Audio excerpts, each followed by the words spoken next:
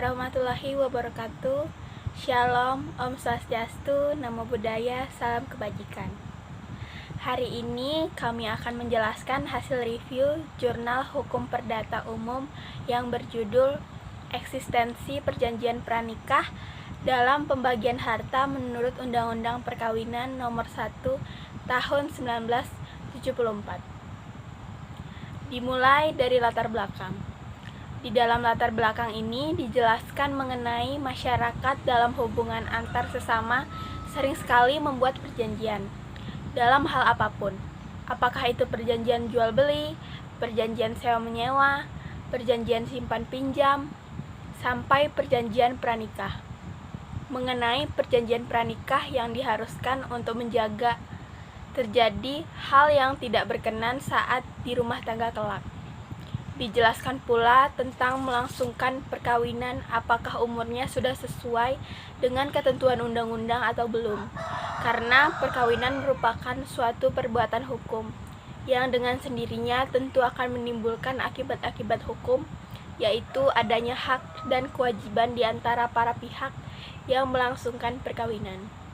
Dipaparkan juga tujuan perkawinan, yaitu untuk mendapatkan keturunan, untuk meningkatkan derajat dan status sosial baik pria maupun wanita, mendekatkan kembali hubungan kerabat yang sudah renggang agar harta tidak jatuh ke orang lain.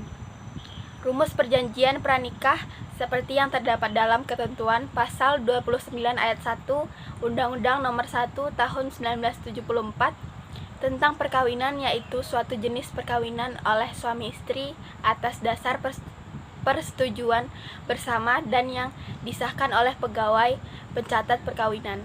Ketentuan tersebut merupakan rumus yang bersifat formal. Perjanjian pranikah dibuat sebelum perkawinan dan berakibat setelah perkawinan. Perjanjian pranikah setelah perkawinan tidak dapat diubah dengan cara apapun. Dari uraian ini kami dapat melihat penulis tertarik membahas mengenai perjanjian pranikah mengingat masa sekarang banyak kalangan masyarakat yang mengadakan perjanjian pranikah sebelum menikah. Selanjutnya, rumusan masalah.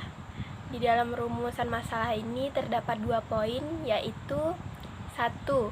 Bagaimana akibat dari perjanjian pranikah terhadap harta, dan yang kedua, bagaimana perjanjian pranikah itu terlaksana dalam pernikahan. Penelitian ini dilakukan dengan tujuan untuk mengetahui bagaimana akibat dari perjanjian pranikah terhadap harta dan bagaimana perjanjian pranikah itu terlaksana dalam pernikahan. Penelitian ini merupakan penelitian hukum normatif yang salah satu jenis penelitian yang dikenal umum dalam kajian ilmu hukum. Penelitian ini merupakan bagian dari penelitian kepustakaan, yakni dengan cara meneliti bahan pustaka atau yang dinamakan penelitian hukum normatif. Di dalam pembahasan jurnal ini terdapat 2 poin, yaitu yang pertama, akibat dari perjanjian pranikah terhadap harta.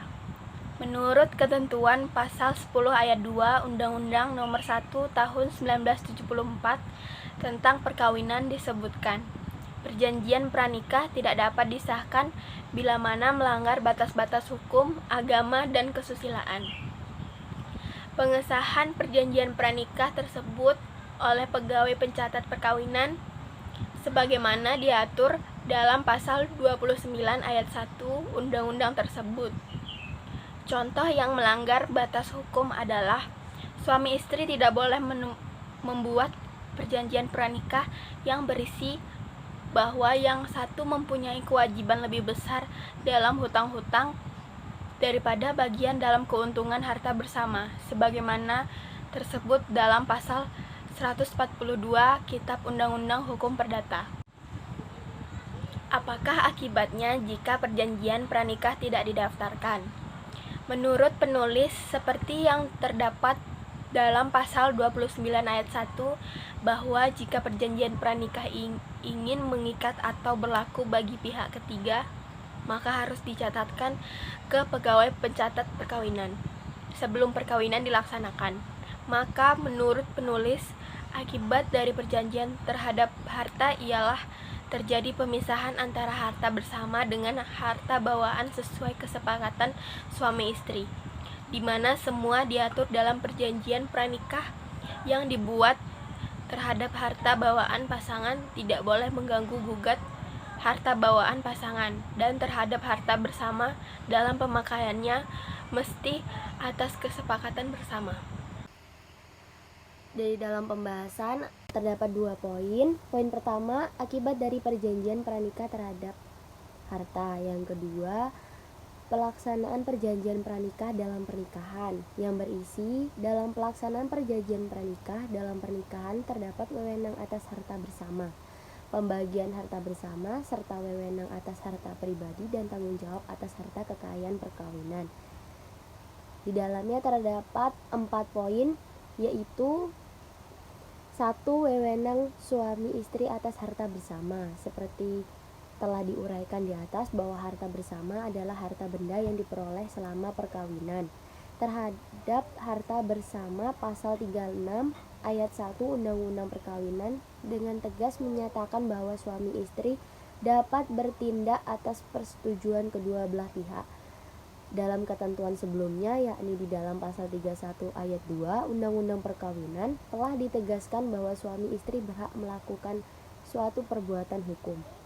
Artinya, perkawinan tersebut tidak menjadikan istri sebagai orang atau subjek yang tidak wewenang melakukan perbuatan hukum atas harta kekayaannya seperti diatur dalam pasal 108 Kitab Undang-Undang Hukum Perdata.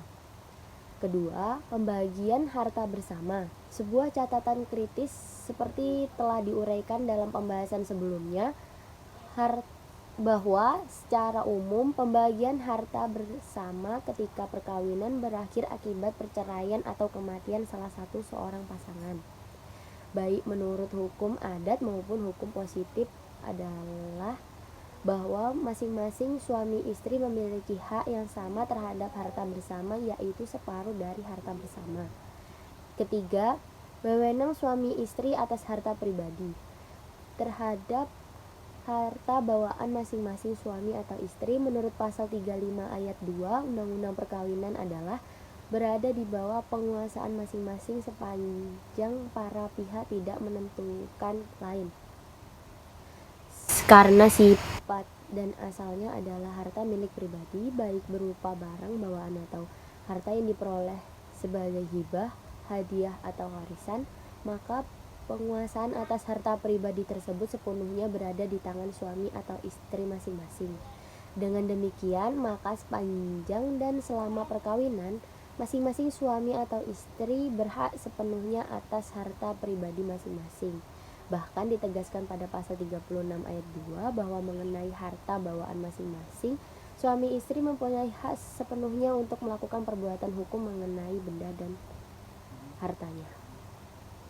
Poin keempat, tanggung jawab suami istri atas harta kekayaan perkawinan. Tanggung jawab suami istri ini sesuai dengan status harta tersebut, apakah merupakan harta pribadi atau harta bersama. Terhadap harta pribadi, karena Undang-Undang Perkawinan telah menyatakan bahwa hal ini sepenuhnya menjadi milik dari masing-masing suami atau istri, maka tanggung jawabnya tertuju pada masing-masing pribadi suami atau istri bersangkutan.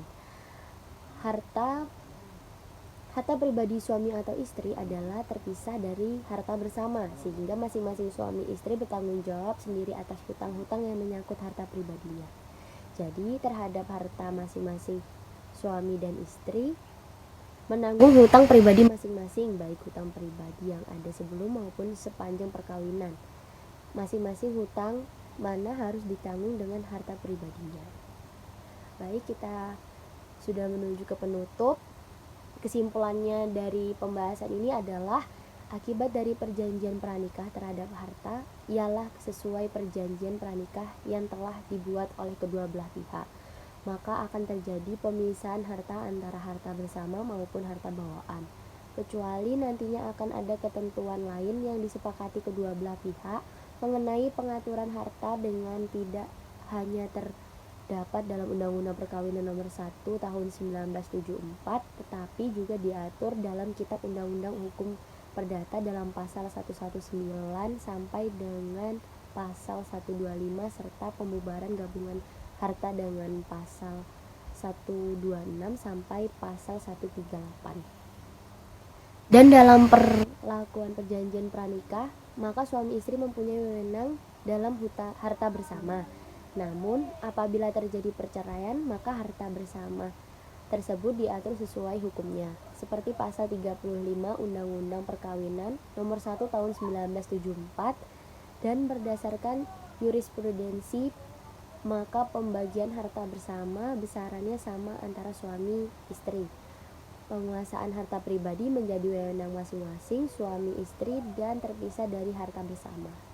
Sekian pembahasan meresum jurnal hari ini. Kurang lebihnya mohon maaf. Wassalamualaikum warahmatullahi wabarakatuh.